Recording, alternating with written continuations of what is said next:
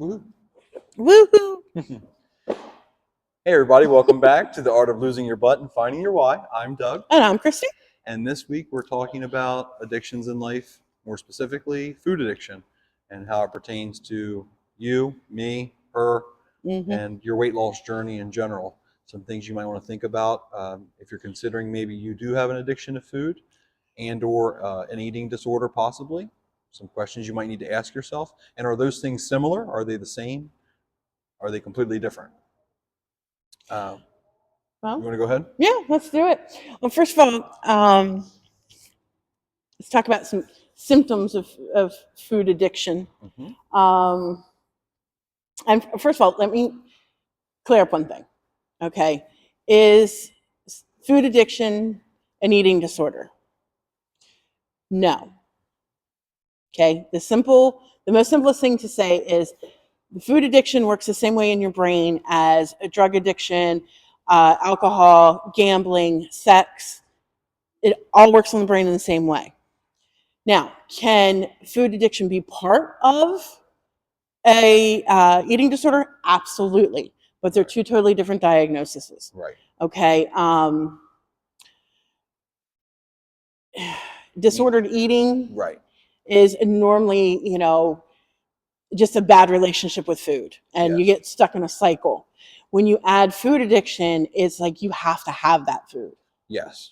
So, and then your behaviors get a little squirrely as well. Yeah. So you eat food, and you'll know this because you'll find a lot of people have found this.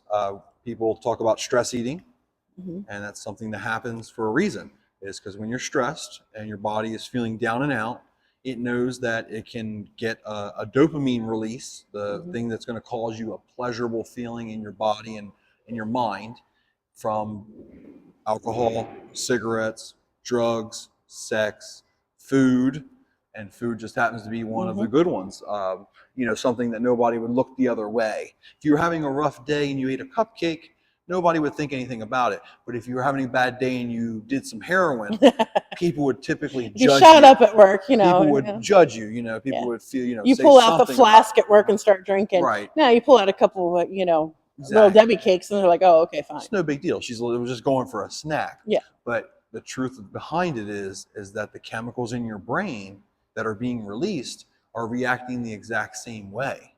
It doesn't matter if it's heroin or if it's food in that regard. Right. It is fixing a problem in the moment of you feeling down, you wanting to feel better. You eat, Numbing the chemicals are released. situation. Yeah, and you suddenly feel better. So You got to be careful with that because that's how you end up with issues such as myself. When I was younger, you thought you had a bad day, you ate some food, you felt better. But you eat a whole bunch of food to feel better, and then that high of dopamine and different chemicals wears off. And then you feel the crash of it. You feel like shitty because you ate a whole bunch of food. You start to feel bad about yourself again. You start to feel guilty. You start to feel remorseful. You start to feel depressed again. You start to go to a dark place. And then I also forgot to turn my phone on silent tonight. And then you eat again, and it's a vicious circle of disordered eating. It can put you in a bad place. And see where the food addiction comes into that is you can't function without said food. Right. So you tend to focus on one happy food. Yes. With food addiction. So like I had the issue with Little Debbie. I mean, my joke is she and I had to break up. But my addiction was I couldn't go home and face my family life without sitting in the car and eating 5 boxes. And yes, you heard me right, 5 boxes before I went home. Snack cakes. Okay. You get that? And then I would take another 5 boxes home, share it with the kids, eat dinner, let them have a couple, and then the rest would disappear in my bed. And nobody would be the wiser. Right, because kids are in bed, and I would go, and the rest of the night I would finish the rest of the Little Debbies. Yeah. And I did this every night for almost 8 years. Yeah. I get that though, because it's easy. And that's why I ended up being 400 pounds. Yeah, it's very easy to fall into that addiction, Mhm. you know? And you Especially when find- I was an emotional eater already. Right. When you already have the emotion behind it, it just makes it that much easier. Right. You know, you can, in your mind, you could have reached out for a healthier snack, sure, Mhm. but it just starts with you realizing that something, and those kind of things are the worst because they're the most packed with fat Mhm. and sugar and salt. And it those goes right things to that just hits. bam, Boom. it's fast. It's fast It's very acting, quick. and you feel like, okay, you're on the top of the world The sugar. until you crash. Yep. And then And then yeah. you just have another one, Yeah. and everything's okay again for a little while. And it sounds familiar, and that's because it does, because it's the same thing that happens with any drug or alcohol. Everything's fine for a while until it wears off. And then all of a sudden, problems start coming Mhm. back. You know, whatever you were dealing with before and trying to cope with comes back into your mind, and you end up in a darker place. And rather than deal with it, process it, or work through it, you look for the easy way out of it, Yeah. which is a tough thing to say because I wouldn't say that that's an easy way out at all. Looking back, if anything, that was the worst way possible, the hardest way to deal with it, because all you did was just pile everything up in the corner. Mhm. Any trauma, any emotions you were trying to deal with, you just pushed them into a closet and slammed the door. And eventually, you were going to have to open that door up. You Eventually. piled in front of the. You just piled all the little debit boxes in front of the door. Yeah. And just pretended it wasn't there. Right. But you know, that was the thing. That's what started making me realize that I had an issue, was because when I first started doing it, was I would eat one box Mm-hmm. before I went home. Then it was 2 boxes just to get me through dinner. Right. Then it was 3 boxes to deal with the family before I could go to bed. Uh-huh. Then it was 4. Then it was 5. And then it was like, okay, wait a minute. You know, I still got to take them home to the kids. I got to stop that. So then it started. I can hide M&Ms in my room. Uh-huh.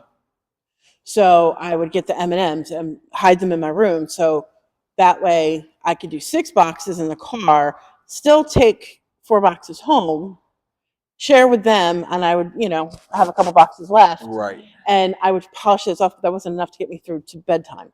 Right. So then I would sit there and eat M&Ms To hold you over. to hold me over I until get it morning. though. I do. And I would go to work and I would be fine in the morning. But then Yeah. it was coffee addiction.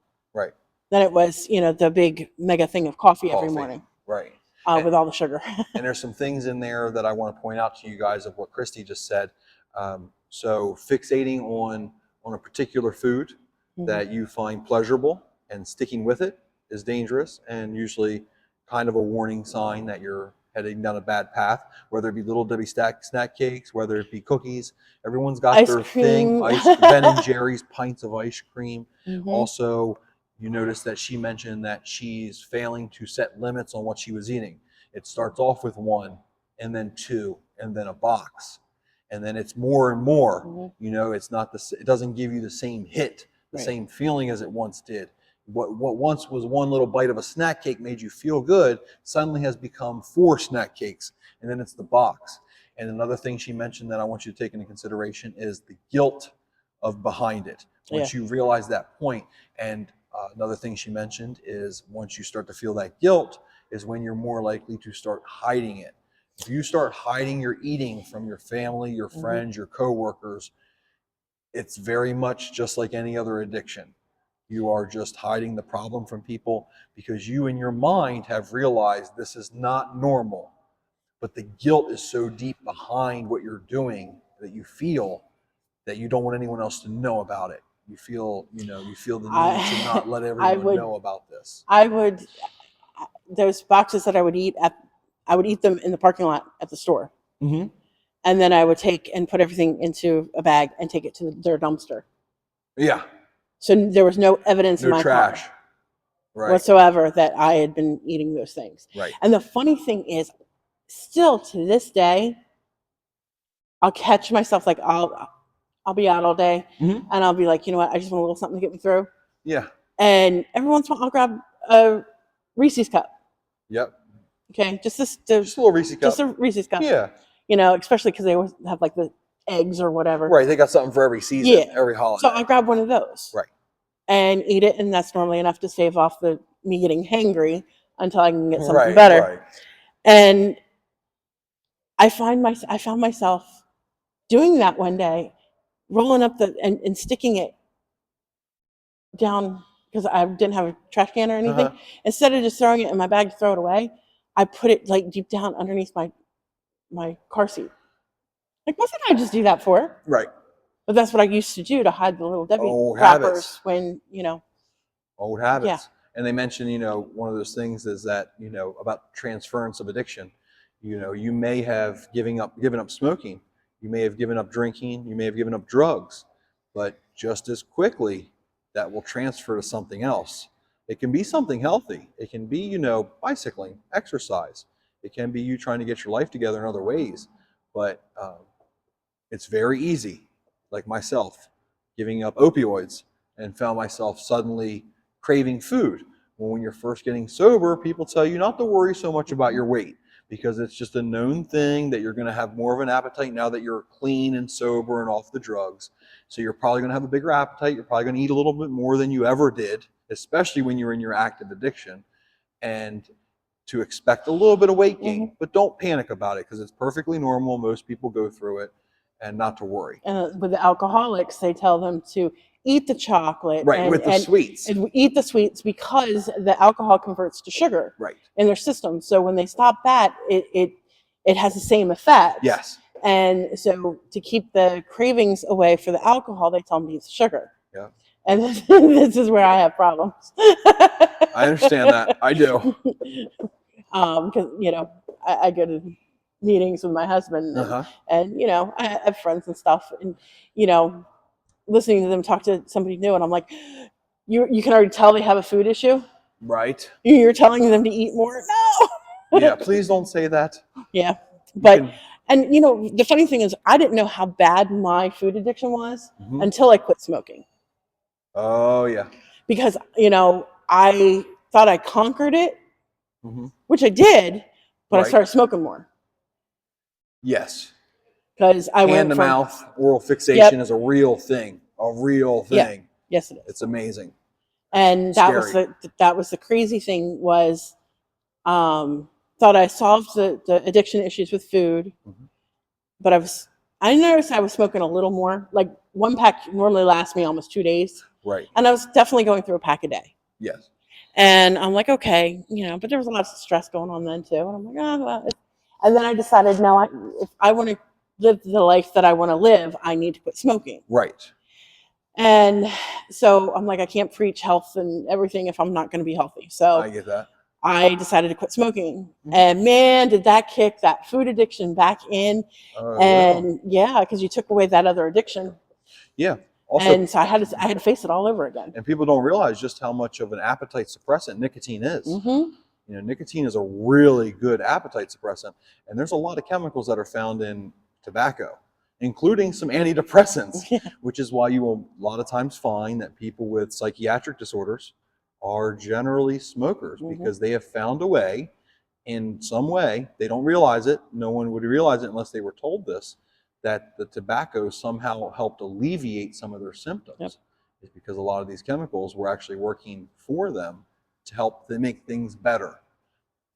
Again, there's also another 1,900 chemicals that were working against them to kill them, including rat poison and formaldehyde and God knows what else. But there were a couple of antidepressant effects that definitely help people. I know myself for one, same deal. I was a smoker, gave it up, went to try to give up the opiates and got clean and found myself slowly getting into food. And when you're addicted to drugs, food becomes second to water, food, shelter, people. It becomes number one. Drugs number one. Above all else. There's nothing, God, it doesn't matter. The drugs will come above all that. And when that happens, it's kind of messed up. But when you try to get your life together, you have a reordering of this prioritizations, your different priorities in life, and you're trying to reorganize things. And I found myself turning to food and realized that slowly but surely I was eating more and going for more junk foods, fast foods, more calorie dense stuff. And one of the warning signs for me that I would share with everybody is if you find yourself eating highly palatable, easy digesting foods like snack cakes, fast foods, those are some of the worst, easiest ones to get you caught up in this. Because the reason I say that is because if you eat If you have a food addiction and you eat rice and chicken and broccoli, eventually the protein and the carbs are going to fill you up so much that you're just going to not be able to physically eat more. Right. You're going to feel ill at that point. Your stomach has reached a point screaming, I am full, no more please. But with these processed foods like snack cakes, like a burger from your favorite fast food chain, it's all really processed carbs and really fatty proteins that break down super fast in your body, and you end up hungry again very quickly. Mm-hmm. Kind of like the same effect that you would hear like people say about Chinese food. I knew you were Like if going you there. eat Chinese food, you can eat a whole bunch, like lo mein, beef lo mein with rice, and you feel like you're stuffed. And then an hour later, you find yourself going back for the container. Yep, leftovers. It's the same kind of idea that stuff just breaks down way too easy in your body. And then your stomach's empty, and then you're hungry again, and you're more likely to go back to it. So my thing was, one of my other warning signs was eating even though you were full, technically. Even though your body may have told you were full, you went on for more. Yep. And if you find yourself doing that more often than not, you might want to start evaluating what you're getting yourself use into, the HALT where thing. you're at. Yes, hungry, angry, lonely, tired Yep. is a So big thing. when I find myself getting in that emotional roller coaster, Yep. and I'm going to the kitchen for like the third time, and I'm like, am I really hungry? Or am I angry at something? Am I lonely? Yep. You know, Am I just tired am and I just overworked tired? for the day? Yep. Am I stressed out about something? Yep. I call it halts because Yeah. is it stress?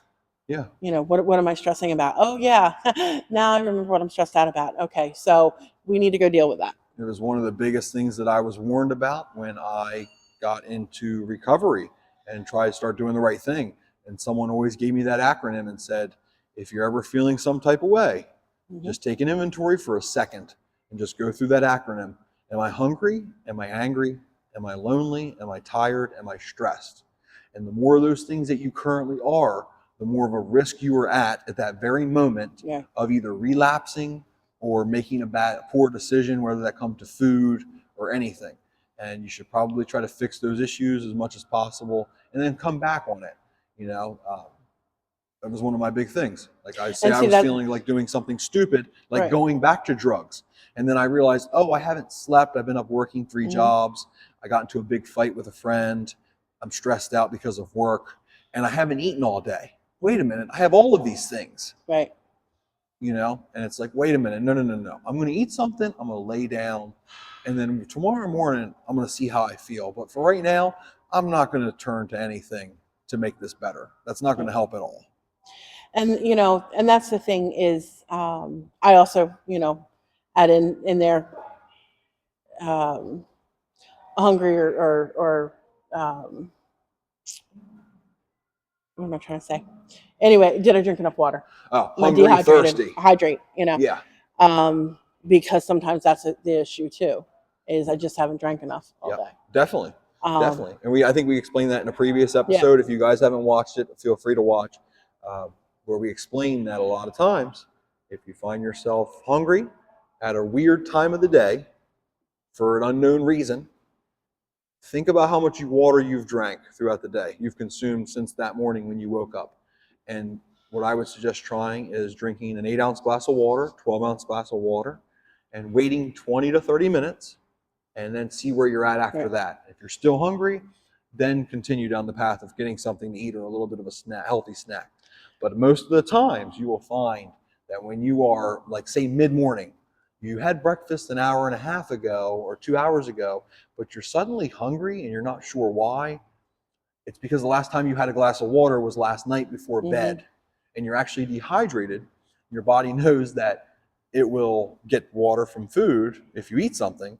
So it's the kind of the same signal that gets sent. The thirst and the hunger kind of cross at a point, which can send a mixed signal in your sometimes brain. that, you know, sometimes it's just you're dehydrated and you're cranky. It's kind of like getting hangry. But water, you know. But the other thing too is if you get into a situation, you realize that, you know, you can't quit eating that food, you know, that food item. even though you've been given ultimatums by loved ones, or you're catching yourself going through that loop of despair. Yeah. Feeling powerless. Yes. To your food. Then it may be time to seek some help. And there are places you can go for food addiction. Oh, definitely.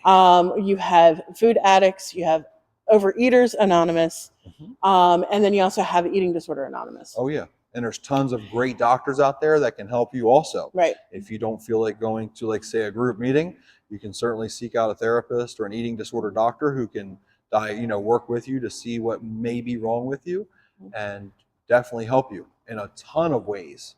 Also teach you, things like mindful eating, just learning to process your emotions before you jump into, or, not reacting so quickly, because that's my biggest thing, or it used to be my biggest thing really, is like stress eating. It could be happy stress, it could be bad stress. I could be super excited about something that just happened. I could be super depressed about something that just happened. Heck, I could be angry about something like stubbing my toe on the table chair, or the table leg. Yeah, when you feel bad for yourself. Right, and then all of a sudden you're getting into that woe is me attitude, and it usually happens close to the kitchen. You find yourself in the kitchen cracking open a bag of something, pretzels, chips, whatever it may be, and just grabbing something quickly before you even thought about it, that I just ate, before you even processed the fact that I just ate 30 minutes ago. You already have something in your mouth and you're chewing it. And that was one of my biggest things, is like, wait a minute, I'm full and I'm eating chips, and now I've had something salty. I want something sweet. So I'm going to go have a bite of ice cream to follow that up with. But I just had a full lunch 35, 40 minutes ago.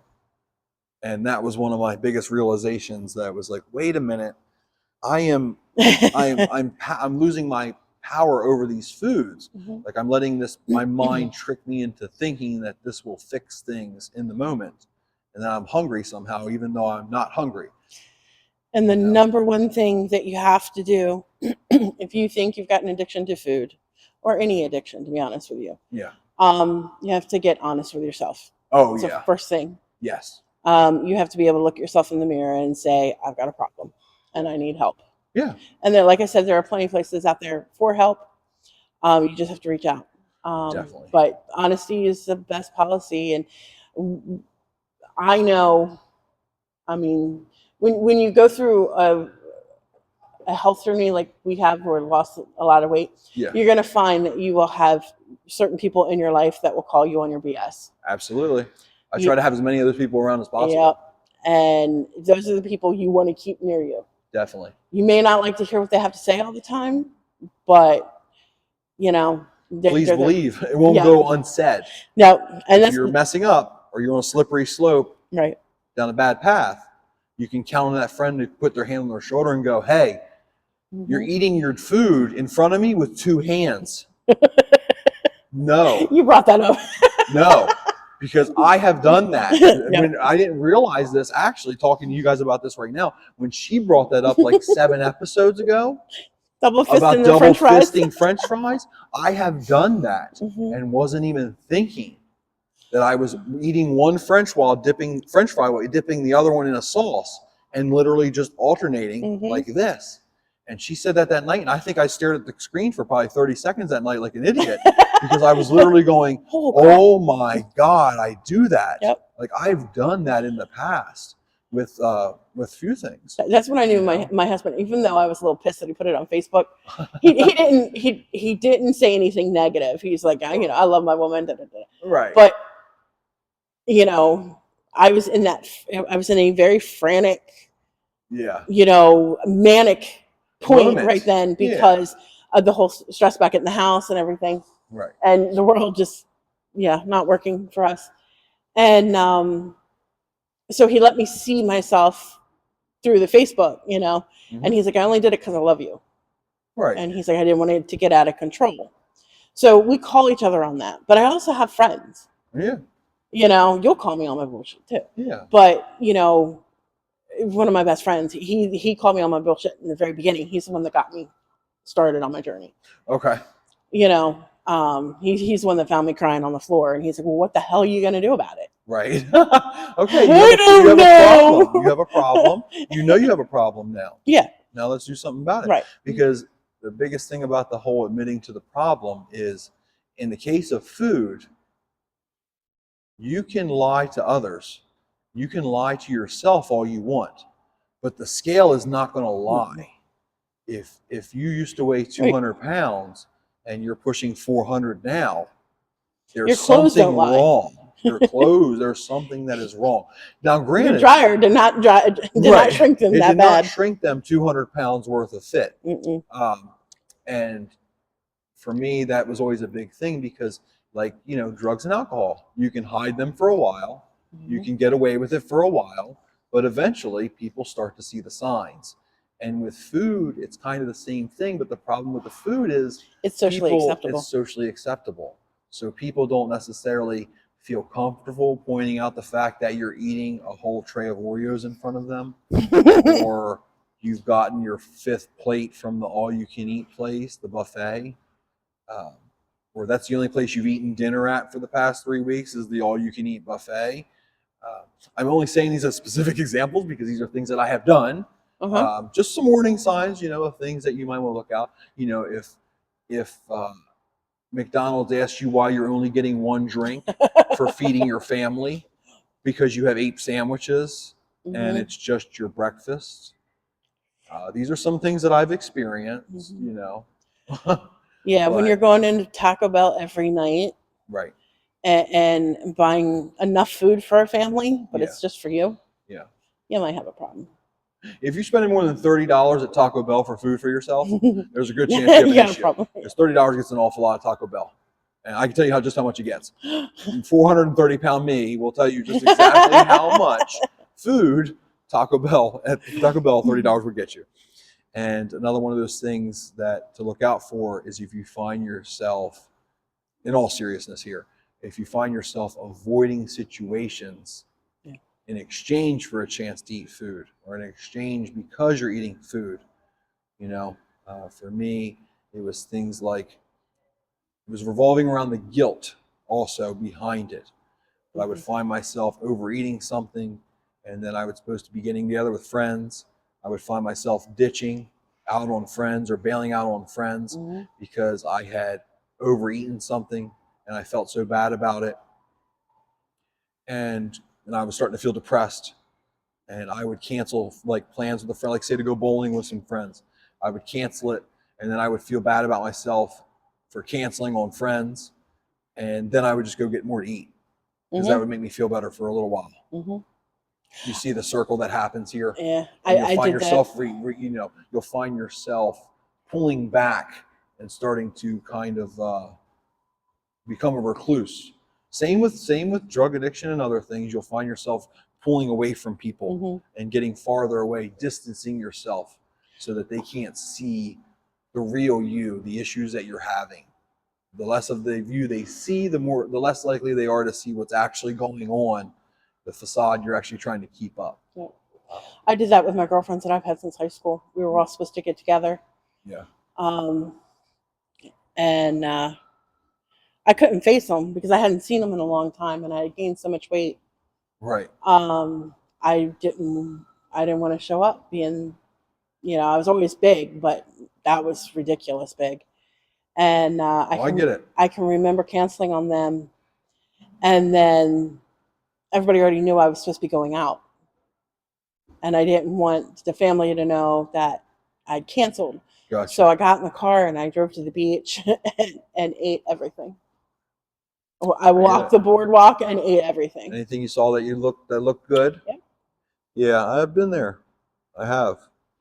It's a vicious cycle, and it's a hard place to be, because with any other addiction or food, any other issues you may be having, coping issues, whatever it may be, there's a simple solution. It's just to abstain from it.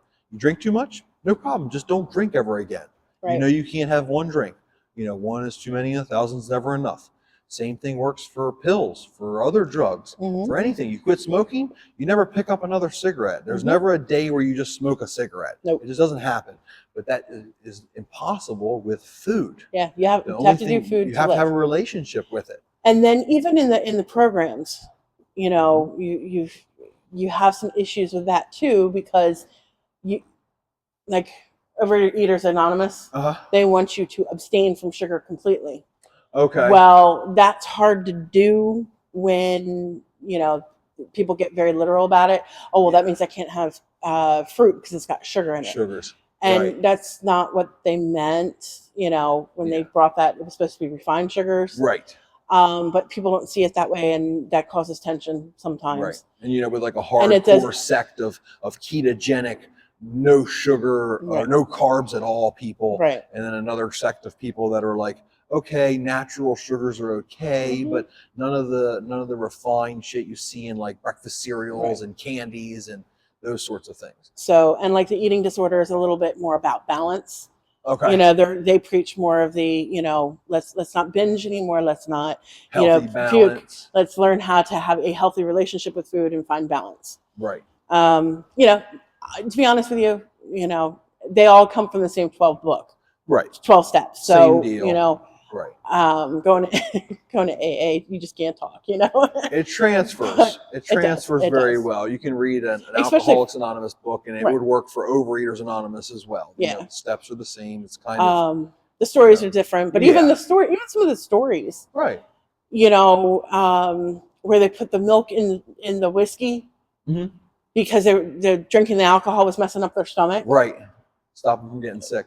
So they were putting the milk in the whiskey so they could drink more. Yeah. Oh, well, we do stupid shit like that too, Oh yeah. with the food. So I have 3 Big Macs and a Diet Coke because yeah, Diet Coke is good for you. right. At least that's low calorie. I guess I'm doing something. Mm-hmm.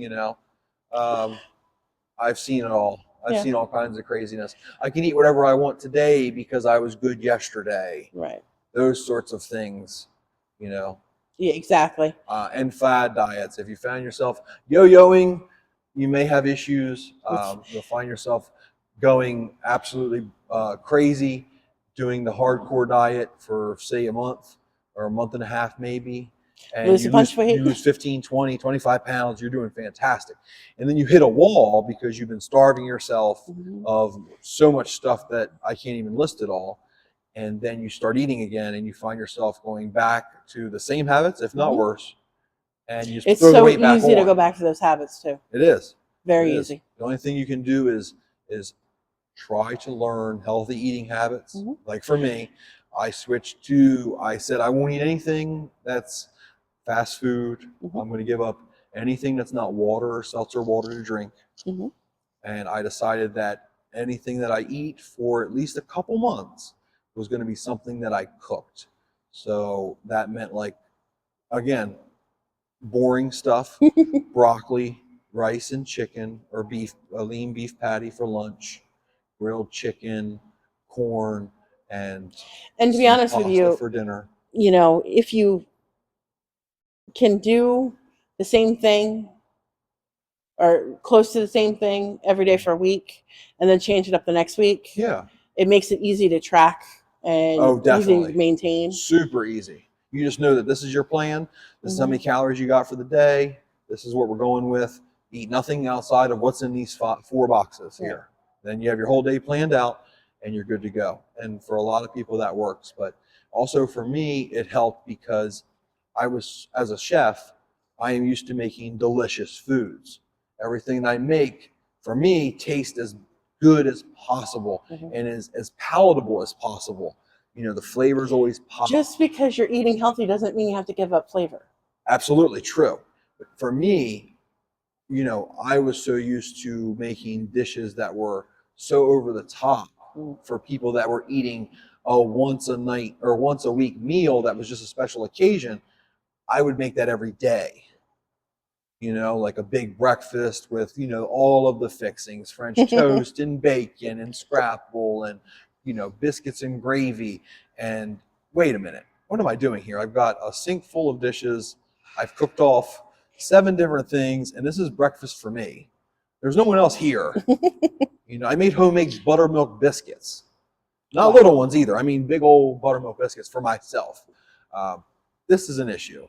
So for me, finding things that were not quite as tasty took the connection of my brain of things being so delicious For some reason, that worked for me. Mhm. Eating just rice and some broccoli, with some garlic or something on top, and some grilled chicken cut up into it, mixed all together.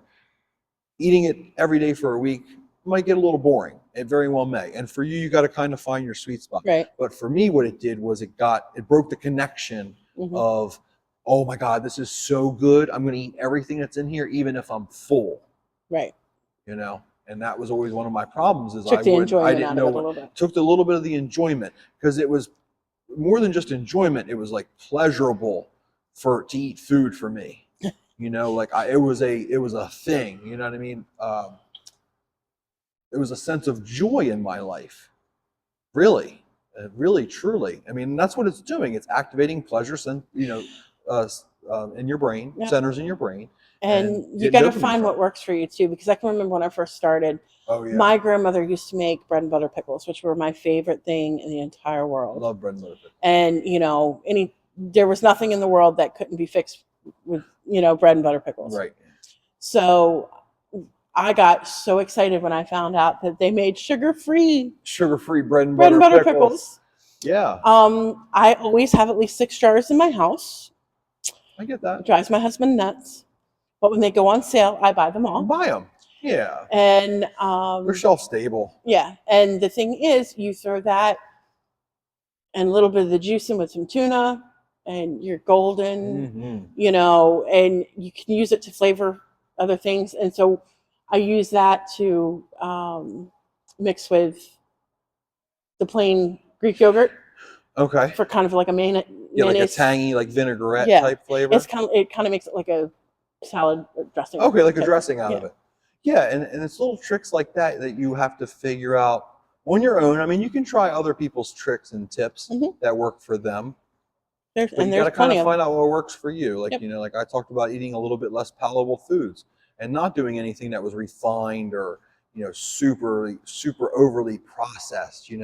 For me, anything in that aisle that has all the chips and the snacks in the bag, don't even go down that and aisle. The sodas, I just wanted to leave that whole aisle alone because it was so many added calories. Like I could do healthy and just make, say, a turkey sandwich on whole wheat bread or rye bread with, maybe just a spread of a little bit of mayonnaise. Nothing crazy, with some slices of tomato on top. But then I would have a 14-ounce bag of kettle cooked potato chips. And it was little things like that where it added up really quick. Yeah. And you didn't realize my turkey sandwich was 350 calories, but I ate 500 calories worth of chips. And now I had a whole bunch of salt in my diet. Now I'm thirsty, so I end up reaching for a Coca-Cola to get the sweet, to balance out the salt. And it was little things like that I started putting together over time. Wait a minute, this is not working. Little things like, and you got to try these out on your own. Grab a little plate for your dinner instead of a big plate. The smaller plate being full will trick you, believe it or not, into believing that's a full plate. So this is more of a serving size for you. Rather than a big plate, you feel more obligated to fill it up, and you end up with a whole bunch of extra food. And if you have food left over on your plate at dinner, a lot of people don't know how to just take that plate back up to the counter and put it in a to-go container. A lot of people will say, well, I took it, or they were raised to eat what you take. That's what I was raised, because my father was born in the 40s. His thing was, you can take whatever you want, but you're going to eat whatever you take. Yep. And that's how I was raised. Clean plate. Out of respect for whoever cooked the meal, that whole thing. Yep. That's how I was raised. So I'm not saying that was right or wrong, because God knows it wasn't the best way of doing things. Are you full? Okay, that's it. Right. Make sure, don't forget, we have apple pie and vanilla bean ice cream for dessert. Save some room, but you're sitting in front of an empty plate already. Yep. Well, it's grandma's apple pie that she made homemade. I can't say no to that. That would be disrespectful. That's how I was raised. Yep. So, and you got to take some home with you. Oh, see. So. Yeah, we solved everything with food in my house too. Food was the answer to everything. Bad day, good day, you failed a test, you won your baseball game. Food. Let's go to McDonald's. Let's go get some ice cream. Let's get a hot dog. And let's go to Ruby Tuesdays and get a burger. That's why I stopped doing that I try to break that with my kids once I realized what I was doing to myself. Yeah. So my son more so than my daughter because she's older. But with my son, it's like, oh, you did something great. Okay, let's go, to the craft store and get you a Gundam. Let's celebrate in or- a different way. Yeah, let's go walk the boardwalk, or Yeah. something that he likes to do. Let's go play in the arcade for a little bit. Right, something fun that doesn't involve, Right, doesn't involve food. Yeah. something like that. So, all right. Yeah. Well, I think that's about That's it. about what I got, folks. So And that was all again, about food addiction. If you feel like you have an issue, please don't Yeah. wait. Don't hesitate. Reach out to someone. There's a million people out there that are willing to help. Yeah. There's tons of resources out there. If you just look up Overeaters Anonymous or eating disorder doctors in your area, there's a lot of people out there that are more than willing to help you deal with any issues you may be dealing with. Trust me. And if you've had it, they've seen it. yeah, and if you're local, reach out to me because Yeah. I am starting just a weight loss support group.